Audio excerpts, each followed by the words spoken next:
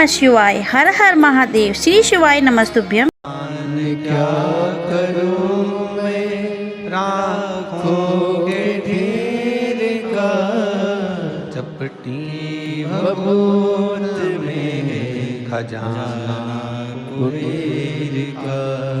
हे गंगाधार मुक्तिधार ओमकार तू, भोले ओमकार तू।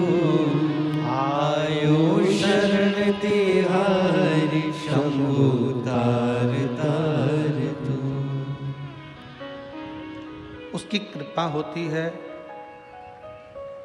तब जीव कदम आगे बढ़ाकर भगवान की शरणागति तक पहुंचता है।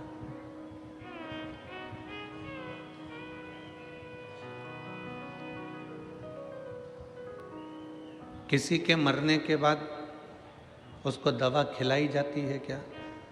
जम के बोलो, जम के बोलो जरा। खिला भी दोगे तो मरने के बाद दवा असर करेगी क्या?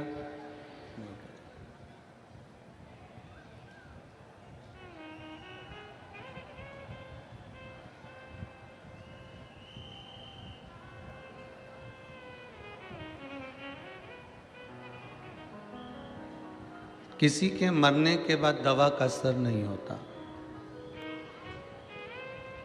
दवा असर कब करती है? जीते जी। मरने के बाद दवा का असर नहीं होगा। जैसे दवा का असर मरने के बाद नहीं होता, उसी तरह भजन का असर प्राण छूटने के बाद नहीं होता। जीते जी करो। दवा खाना है तो जीते जी खाइए, और भजन करना है तो जीते जी करिए।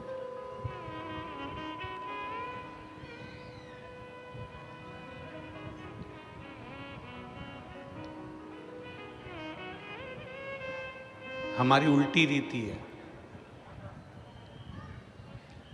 बचपन चले गया, जवानी चली गई, अधेड़ी चली गई, बुढ़ापा आ गया, तब हम विचार करते हैं कि अब भगवान का भजन कर लेंगे। अब आप बताना, जीजी हो और मेरे जीजा हो, मेरी बेटी हो, बेटा हो, नेत्रों से दिखाई नहीं देगा, कानों से सुनाई नहीं देगा, मुख में से सारा सोफा सेट निकल गया होगा, एक भी दांत नहीं बचा होगा, हाथ कांपने लगेंगे, पाँव के घुटने चल नहीं पाएंगे, कमर से बैठा नहीं जाएगा, तब क्या शंकर का भजन हो पाएगा? मुश्किल।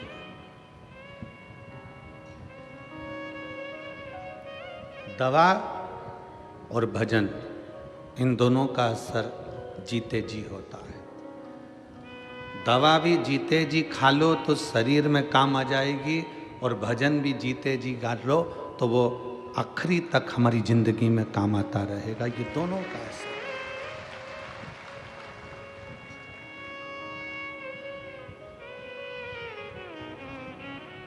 मरने के बाद की कोई प्रामाणिकता नहीं है कि आप स्वर्ग गए कि नरक गए, आप कहाँ गए हो, इसका कोई प्रमाण नहीं है। पर इतना जरूर है, शिव महापुराण की कथा कहती है, ये जरूर है कि आप जीते जी अगर भगवान का भजन कर रहे हो तो आप अपने घर को, अपने परिवार को, अपने कुल को, अपने कुटुंब को और अपने गांव को बैकुंठ बना ले रहे हो, कैलाश बना रहे हो और स्वर्ग बना रहे हो। इतना जरूर है। तो शिव महापुराण की कथा कह रही है कि दवा का असर जीते जी खाओगे तो दवा का असर होगा, भजन का असर, भक्ति का असर, शिव स्मरण का असर आपके जीते जी होगा। मरने के बाद कहां चले गए?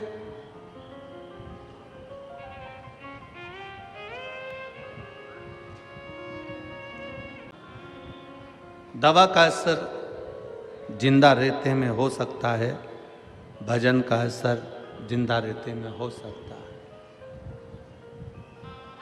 मरने के बाद की आपकी और हमारी कोई गारंटी नहीं है कि कहाँ होंगे।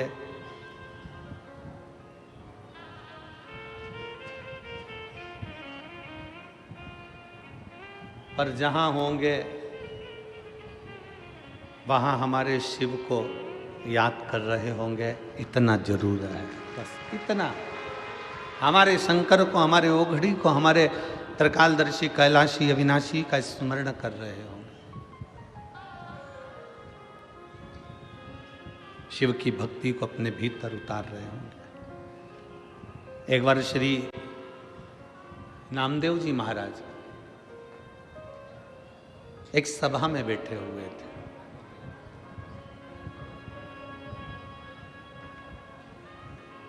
संत शिरोमणि, साधकों के साधक, तपस्वियों के तपस्वी, कीर्तनियों के कीर्तनकार, भक्तों के भी भक्त और पांडुरंगा हरि विठ्ठल के पूर्ण समर्पण भाव में रहने वाले संत श्री नामदेव जी महाराज। संत श्री नामदेव जी बैठे, सभा लगी है और उस सभा में नामदेव जी महाराज बैठे हुए हैं, विराज। कीर्तन चालू हुआ, रामकृष्ण हरि, रामकृष्ण हरि, रामकृष्ण हरि।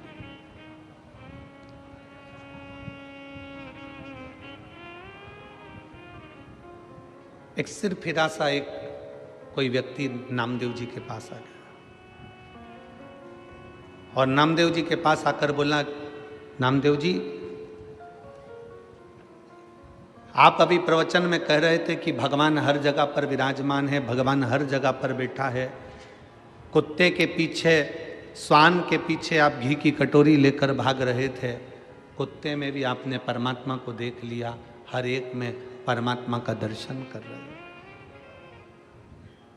हर एक में भगवान को देख रहे हो।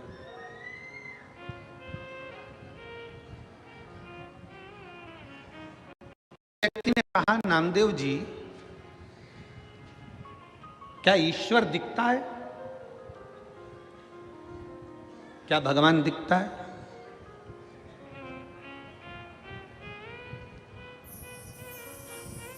क्या ईश्वर नजर आता है? उस व्यक्ति ने कहा, नामदेव जी, आप कहोगे कि हरि विठ्ठल की मूर्ति है, आप कहोगे कि शंकर भगवान का शिवलिंग है, आप कहोगे रामकृष्ण भगवान की मूर्ति है, तो उस व्यक्ति ने कहा, ये तो सब पाषाण की, पत्थर की है। नामदेव जी उसकी ओर मुस्कुराकर बोले कि भगवान का शरीर पत्थर का है, पर कलयुग में तो इंसान का दिल पत्थर का है। यहां तो मनुष्य का हृदय, मनुष्य का दिल, मानव का हृदय पत्थर का हो गया।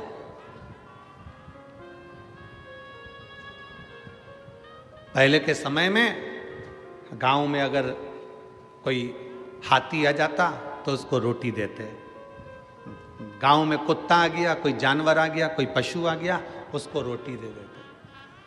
अब एक कलिकाल में, कलयुग में, पड़ोस में पड़ोसी के बच्चे भूखे सो रहे हैं और एक पड़ोसी को नहीं मालूम कि उसके बच्चे 2 दिन से कुछ नहीं खाए। बड़े बड़े शहरों में, बड़ी बड़ी सिटियों में एक ही फ्लैट में लोग रह रहे हैं, पड़ोस के फ्लैट में कौन कितने दिन से बीमार है, कौन एक रोटी के निवाले के लिए तरस रहा है, किसी को नहीं मालूम पड़ता।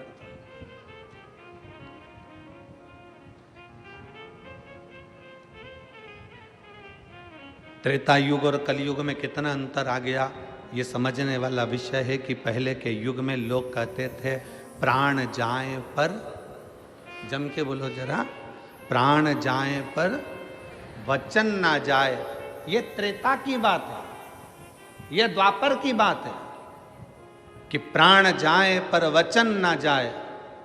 कलयुग में तो लोग प्राण जाए पर अहंकार ना जाए। प्राण चले जाए पर अहंकार नहीं गया। मर गया पर अभिमतता उसके अंदर भरी की भरी रही। मैं क्यों जाऊं, मैं क्यों पूछूं, मैं क्यों जाऊं, मैं किसी के हाथ क्यों जोड़ूं, मैं अपने रिश्तेदार के दरवाजे पर क्यों जाऊं।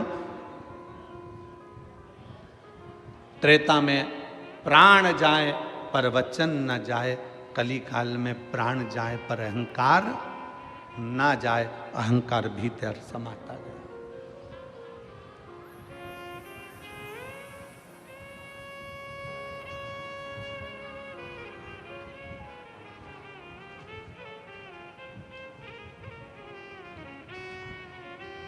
कभी आपको गर्व होना चाहिए, आपको ये विचार होना चाहिए कि आप किस रूप में किस साधारण से साधारण व्यक्ति को भी अपने गले लगा रहे हो। पहले का समय आज का समय, नामदेव जी कहते हैं बहुत अंतर है। पहले का समय और आज के समय का अंदाजा लगाइए तो पहले के समय पर जानवर को भी, पशु को भी घर से निकलकर भोजन दिया जाता था, और आज के ज़माने में कोई पड़ोस में भी भूखा रह जाए तो उसको कोई याद नहीं करता कि भोजन की ज़रूरत है। पहले के समय में गांव में अगर बेटी रहती थी, किसी के घर में अगर बेटी है तो पूरे गांव की बेटी कहलाती थी। आज के ज़माने में से बेटी असुरक्षित सी नजर आती है। ये पहले का समय और ये आज का समय है, कितना अंतर है। पहले के समय में लोग अपने मेहमान को बस स्टैंड तक छोड़ने जाते थे, बस स्टैंड पर लेने जाते थे, रेलवे स्टेशन छोड़ने जाते थे, रेलवे स्टेशन पर लेने जाते थे, और रेलवे स्टेशन या बस स्टैंड पर छोड़ने जाते थे तो छोड़ते समय आंख में आंसू आते थे। आज के ज़माने में तो लोग शमशान में छोड़ी आए तो आंख में आंसू नहीं आए, वहाँ पे भी गुटखा मल मल के खाया।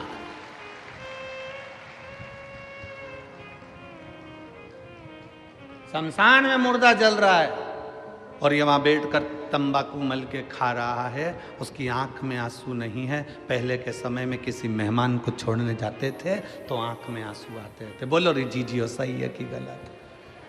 कहाँ गया सब? किस जगह चले गया वो समय? कहां पर पहुंच गया वो समय?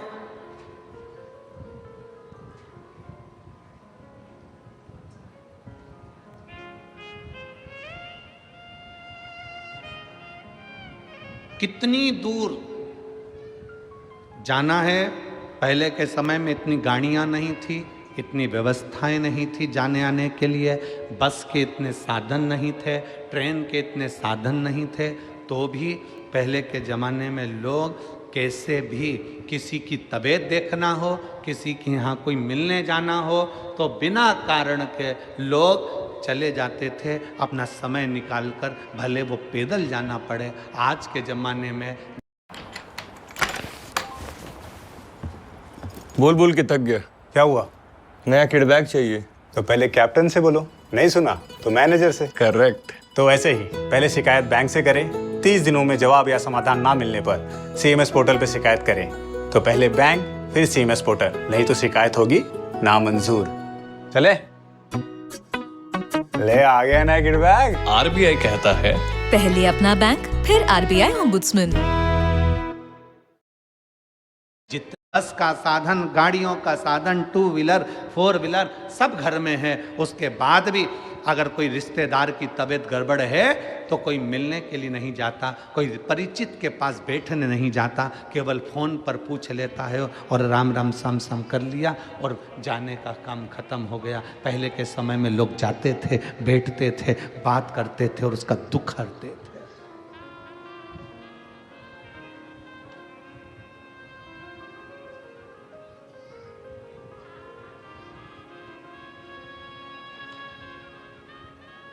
दुख हरते थे।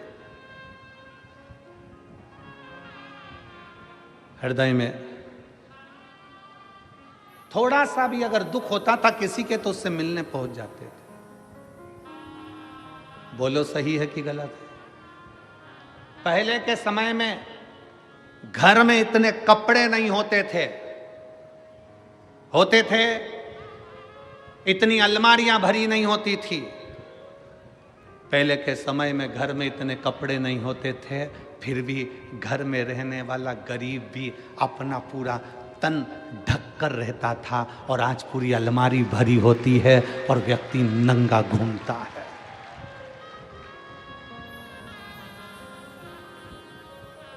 मेरी जितनी जीजियां बैठी है, जितने मेरे जीजा बैठे हैं, जितनी मेरी बेटियां बैठी हैं, जितने बेटा बैठे हैं, इन सबसे पूछूं, आपकी घर में अलमारी का एक खन, एक कपाट पूरा आपके कपड़ों से भरा हुआ है?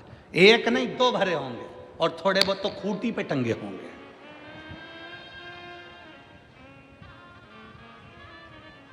पहले के जमाने में कपड़े नहीं थे, तो भी गरीब से गरीब व्यक्ति भी अपना पूरा तन ढककर चलता था, तन ढका करता था। आज के जमाने में कमरा कपड़ों से भरा पड़ा है, तो भी आदमी नंगा घूम रहा है। ये शर्म की बात है, ये शर्म की बात। इतने कपड़े, एक से एक बढ़कर परिधान, एक से बढ़कर एक बढ़कर कपड़े।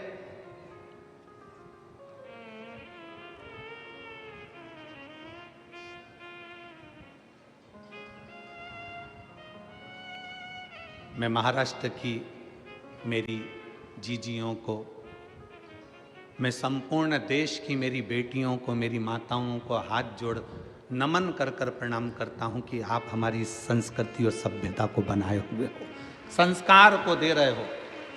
आप आज भी सभ्यता और संस्कृति और संस्कारों की दैनी इस भारत माता के संस्कारों को दुनिया तक पहुंचा रहे हो।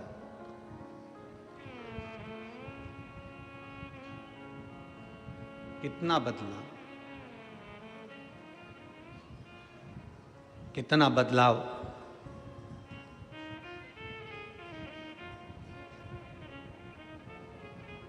नामदेव जी कहते हैं, तुम्हारे जो शब्द हैं ना, ये शब्द ठीक नहीं है। तुम क्या कह रहे हो? अगर ईश्वर है तो दिखता क्यों नहीं? ये तो पत्थर की मूर्ति है जिसका तुम गुणगान गा रहे हो, जिसका तुम विनय कर रहे हो। नामदेव जी ने कहा, भगवान का शरीर पत्थर का है, पर इंसान का तो दिल पत्थर है। पत्थर दिल है, इसलिए भगवान की मूर्ति भी पत्थर की नजर आ रही है। जिस दिन दिल कोमल होता, उस दिन मेरा शंकर भी कोमल नजर आता, मेरा शिव भी कोमल नजर आता।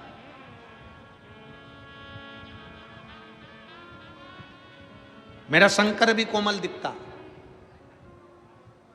हमारे मन, हमारे विचार, हमारी सोच हमें परमात्मा के करीब में लेकर जाती है। हम विचार लेकर जिंदगी के इन पहलुओं में आगे बढ़ेंगे तो हम उन्नति की ओर बढ़ते चले जाएंगे।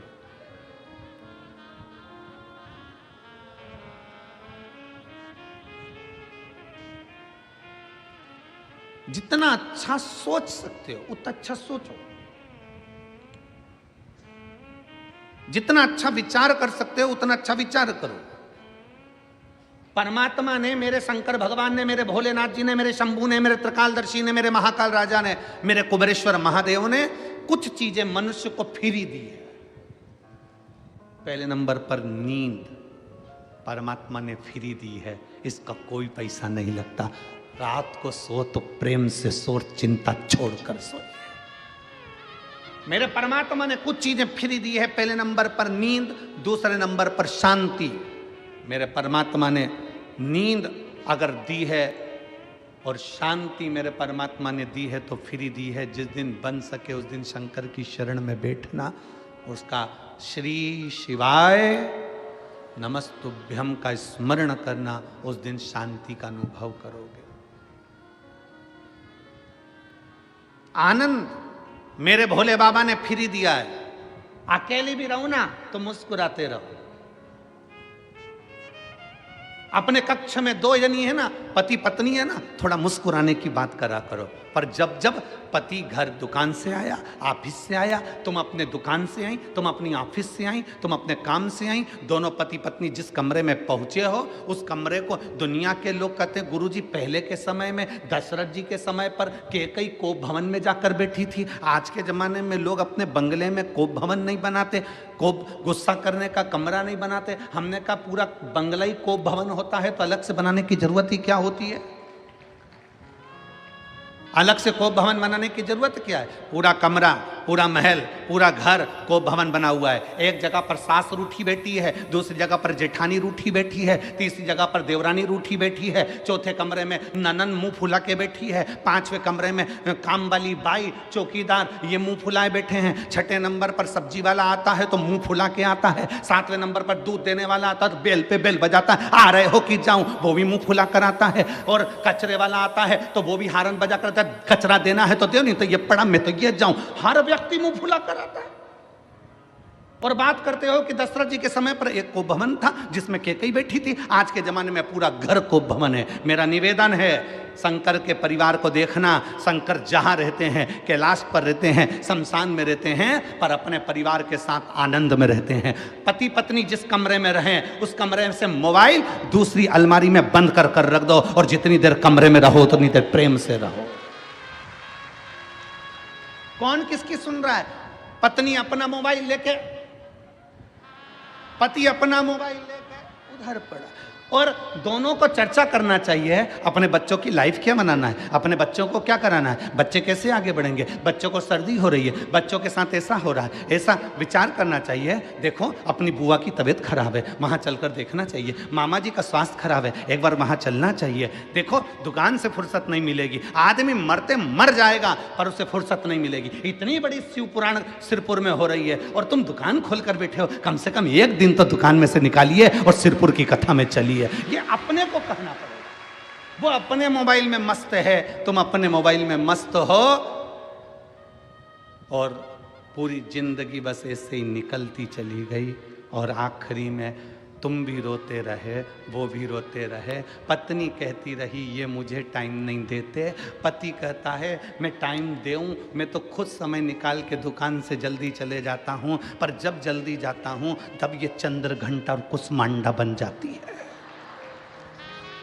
मैं तो खुद तकलीफ। कहां गया आनंद?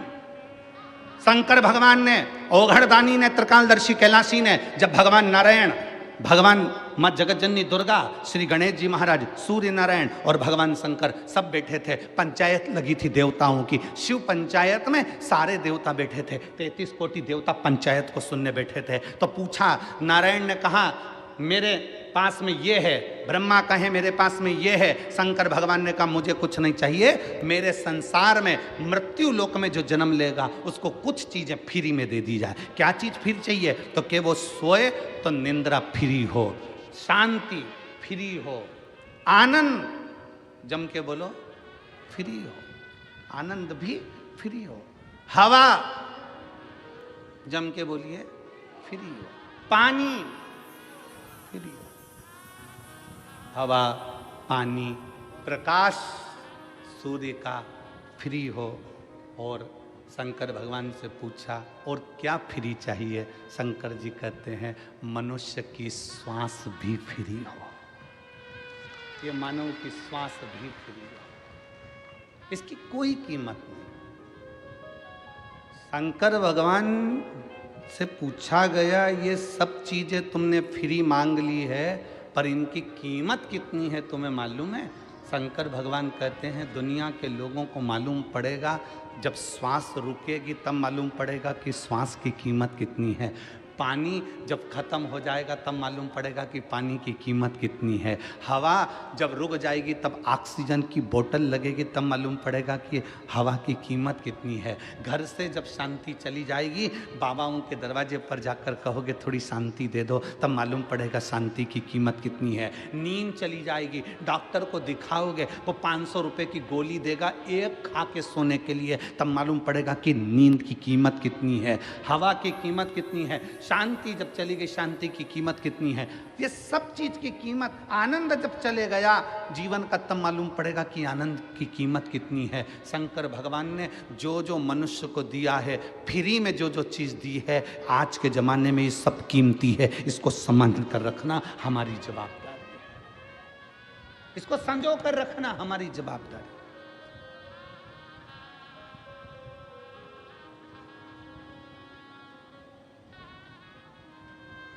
हम क्या दे रहे हैं? कितने लोग मिलते हैं संसार में, कितने, कई लोगों के चेहरे की हंसी चली गई, वो मुसद्दी लाल जैसा हो गया, ऐसा बैठा रहता बिल्कुल मुंह फुला के। घर में माताओं को देखो तो ऐसी बैठी रहेगी, माताएं ऐसी बैठी रहेंगी जैसे मातम में बैठी है। अरे कहां है वो?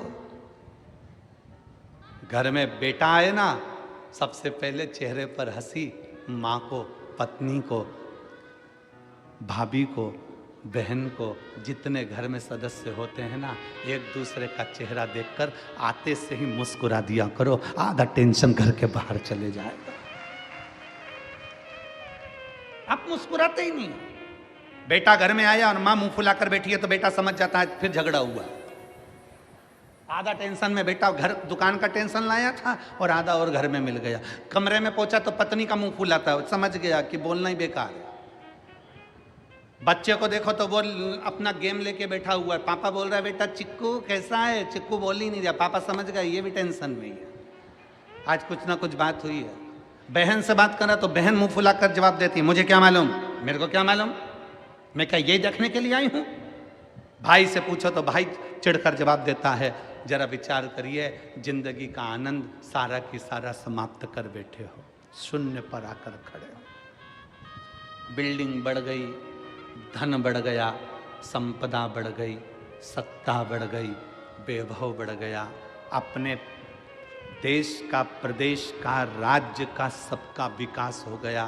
पर विचार करिए कि अपन ने अपने आप को शून्य कर लिया है। आनंद और शांति और निंद्रा सब चली गई, सुख चले गया।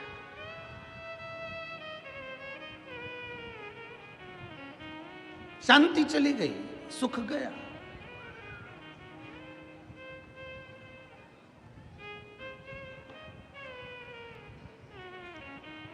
और महाराज, मेरा शिव, मेरा उघड़दानी, जो जो चीजें आपको फ्री में दिया है ना, उसकी कीमत बहुत है, बहुत कीमत है।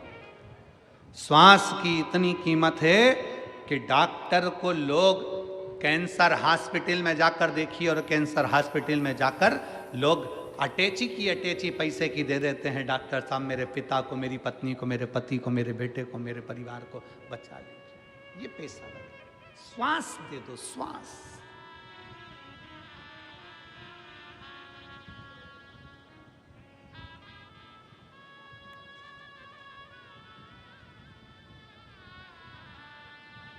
कितना सुंदर नामदेव जी कहते हैं, त्रेता में था प्राण जाए पर, जम के बोलो वचन ना जाए। आज के जमाने में प्राण जाए पर अहंकार,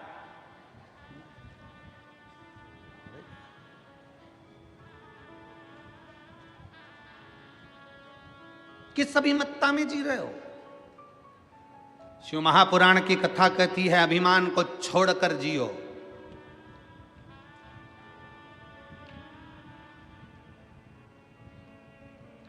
किसी को छोटा मत समझो, किसी को साधारण मत समझो, किसी को हल्का मत समझो। कभी कभी जिस पत्थर के टुकड़े को तुम घर के बाहर फेंक देते हो, कभी कभी अलमारी को सीधा खड़ा रखने के लिए पत्थर के टुकड़े का भी टेका लगाना पड़ता है, वो पत्थर का टुकड़ा भी काम आ जाता है। किसी को हल्का मत समझो, किसी को छोटा मत समझो। और हल्का समझ रहे हो तो कोरोना महामारी के समय पर देख लो, बड़े बड़े शोरूम, बड़ी बड़ी दुकानें कपड़ों से भरी पड़ी रही और एक छोटा सा कपड़े का टुकड़ा मांस करोड़ों की कीमत का हो गया। बड़े बड़े शोरूम में कपड़े भरे की भरे रह गए, बड़े से बड़ी दुकान में कपड़ा पड़ा की पड़ा रह गया, ताले लगे की लगे रह गए, और एक छोटा सा कपड़े का टुकड़ा जिसकी कोई कीमत नहीं थी, वो छोटे सा कपड़े का टुकड़ा भी करोड़ों का बिक गया, करोड़ों का व्यापार कर गया। करोड़ों का व्यापार एक जरा से मास्क ने कर दिया और वो शोरूम कपड़े के भरे की भरे रह गए। कौन पूछता था वो जरा से मास्क को?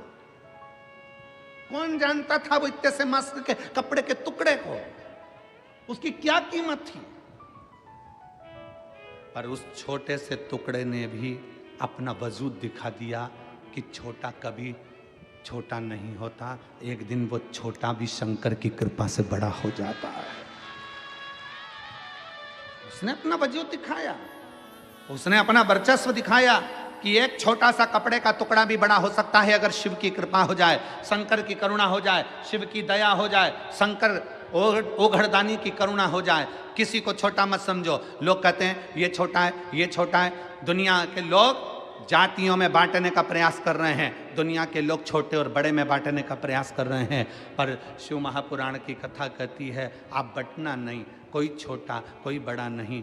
घर के अंदर बहुत विवाद होता है, एक पति का पत्नी ज़्यादा कमाता है, दूसरी पत्नी का पति कम कमाता है। ये मत सोचना कि तुम्हारा पति ज़्यादा कमा रहा है, हो सकता है जो नहीं कमा रहा है ना उसको शंकर भगवान उसके कारण तुम्हारे पति की भी तनख्वाह ज़्यादा दिलवा रहा है, हो सकता है। परिवार के भरण पोषण के लिए, परिवार के सुख के लिए, परिवार के लिए परमात्मा दे रहा है, किसी के लिए हल्का नहीं। ये ना सोचे कि हमारी माँ कुछ नहीं दे रही, हमारे पिताजी कुछ नहीं कर रहे, हमारा देवर कुछ नहीं करता, हमारा जेठ कुछ नहीं करता, केवल तुम्हारा पति कमा रहा है। ना ना ना, भगवान ने क्यों कृपा कर कर रखी है, क्यों भगवान भरपेट भोजन दे रहा है, क्या पता किसके भाग्य का किसको मिल रहा है। इसलिए कभी ये ना सोचें कि केवल मेरा पति कमा रहा है, घर में जितने सदस्य हैं ना सबके भाग्य का मेरा भोलेनाथ देते जा रहा है, ये विचार करें। कोई भूखा ना सोए।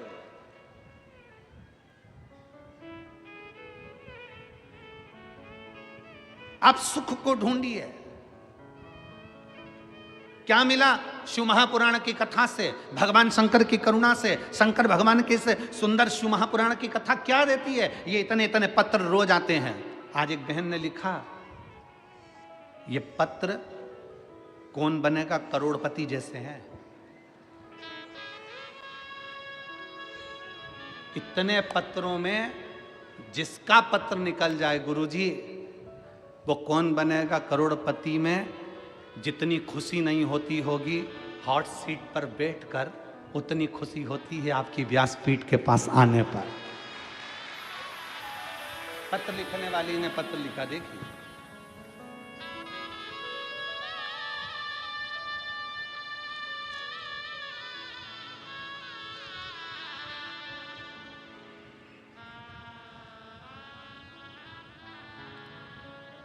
मैं सो जय श्री प्रशांत पाटिल सिरपुर की रहने वाली हूँ।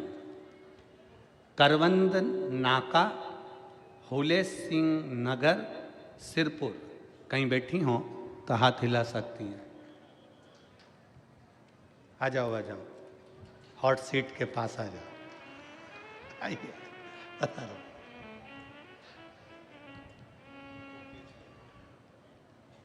प्रशांत पाटिल सिरपुर की रहने वाली हूँ। करवंद नाका, हुले सिंह नगर, सिरपुर। बाबा,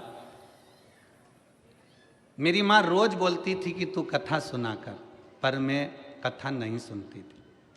गुरुदेव, मेरी माँ रोज मुझे बोलती कि कथा सुन कथा सुन, मैं कथा नहीं सुनती। माँ से कह देती सुनती हूँ, पर मैं नहीं सुनती थी। महाराज, जो सत्य है वो इस पत्र में लिख रहे हैं। तभी एक दिन मन में आया कि मेरी माँ रोज कहती है कथा सुन, और मैं उसको कह देती हूँ सुनती हूँ और सुनती नहीं, एक बार सुनना चाहिए। तब मैंने अपने पति से कहकर टीवी पर कथा देखना प्रारंभ करी। कथा देखना प्रारंभ करी तो पति नाराज हो गए। क्या दिन भर महाराज की कथा सुनती रहती, बंद कर दे टीवी। बड़ी दुखी हो गई। मैंने मेरे पति को हाथ जोड़ प्रणाम कर कर कहा, एक बार तुम भी तो इस महाराज की कथा तो सुनो, ये सियोर वाला महाराज है, एक बार तो सुनो। पति के मेरे को नहीं सुनना। एक दिन मैं कहीं चली गई और पति उसी टाइम पर टीवी चालू कर कर बैठ गए और आपकी कथा सुन रहा था। पति जब कथा सुन रहा था उस समय पर मालेगांव में आपकी कथा चल रही थी। मैंने अपने पति से कहा चलो अपन कथा में चलते हैं। पति ने मना करा, फिर मैंने जिद करी तो उन्होंने कथा में जाने का विचार करा। कथा में पहुंच गए, पति का मन तो कथा में लग गया और मेरी आंखें लग गई। जी को इस पत्र में सत्य लिखने के लिए एक बार जोरदार ताली बजाओ। बहुत बहुत साधुवाद, बहुत बहुत साधुवाद। पति का मन कथा में लग गया और मेरी आंखें लग गई। मैं सो गई, कथा पूरी हो गई। कथा होते से ही पति ने कहा कि वो सियोर वाला महाराज कह रहा था कि पंडाल में बैठकर जो मांगा जाता है वो बाबा देता है, तू भी मांग कर चली जा। मैंने बाबा से प्रार्थना करी, बाबा मैं क्या मांगू, मेरा रिजेक्ट हुआ मेडिक्लेम का पास रह गया है, आप बस एक कृपा कर दो, मैं मान जाऊंगी कि आपके पंडाल में ऐसा जादू है कि मेरा काम हो गया, मेरा मेडिक्लेम रह गया है, वो मुझे दिला दो। हम एक दिन की कथा सुनकर अपने घर चले गए। बस घर जाकर थक इतने गए थे भीड़ में कि घर जाकर लेट गए, आंखें लग गई और लगते से ही एक फ़ोन आया और फ़ोन आते से ही खबर करी कि आपका मेडिक्लेम